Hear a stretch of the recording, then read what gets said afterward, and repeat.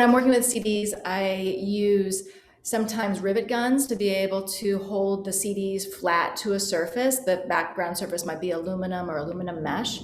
Most often, I tie the CDs together with 4 holes and then fishing line, and I basically make strands. This is the most popular one that I've done over the years, because then I can have a strand of 2 CDs tied together all the way to 20, and that's my palette. And so if I need to fill in a gap as I'm basically knitting a really big sock on site or a large quilt on site, depending on if it's flat or curved, I then can pick, oh, I need a 5-strand CD. Oh, I need a 4-strand CD. And then that gets tied into the larger piece.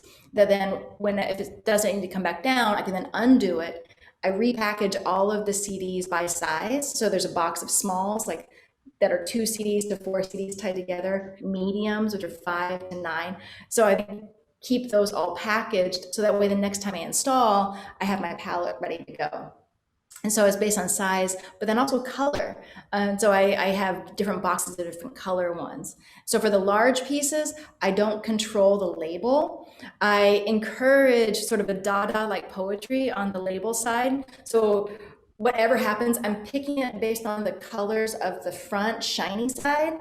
And then I walk around to the back, and all of a sudden it might be someone's, as mentioned before, as far as a donation of someone's love mix, side by side with a recording from a church group next to Microsoft Word. And so for the most part, I don't get to control that, but sometimes I will tweak. And so one of my goals is to make it look like the horn is one long horn.